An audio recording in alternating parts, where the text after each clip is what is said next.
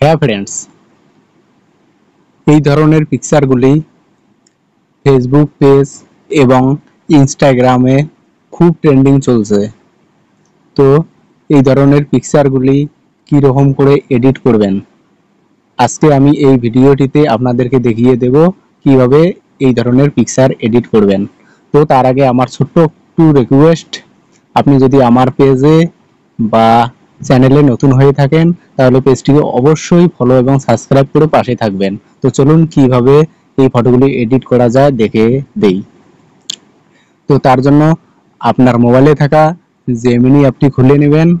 খুলে নেওয়ার পরে এইখানে দেখেন ব্যানানা ইমেজ আছে, তার পাশে প্লাস আইকন আছে, এখানে একবার ক্লিক করবেন।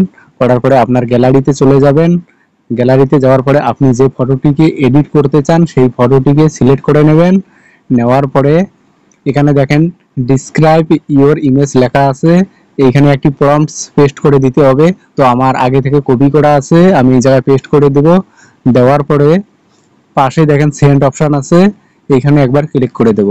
তো আপনারা এই প্রম্পটসটি এখান থেকে স্ক্রিনশট করে নিয়ে রাখতে পারেন, আবার পরবর্তীতে আপনি এই স্ক্রিনশট থেকে কপি করে পেস্ট করে এইখানে দেবেন।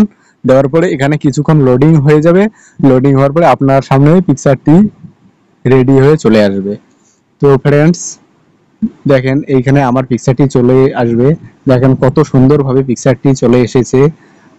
তো এই প্রম্পটসটি আপনারা এখান থেকে স্ক্রিনশট করে নিয়ে আপনাদের ৬-৭টি ফটো এরকম করে দিয়ে প্রম্পটসটি পেস্ট করে দিয়ে সেন্ডে করবে, ওকে করবেন।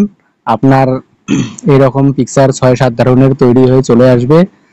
তো ফ্রেন্ডস, ভিডিওটি ভালো লাগলে অবশ্যই ফলো করে পাশে থাকবেন যাতে আমার পরবর্তী ভিডিও আপনার সামনে সবার আগে পৌঁছায়।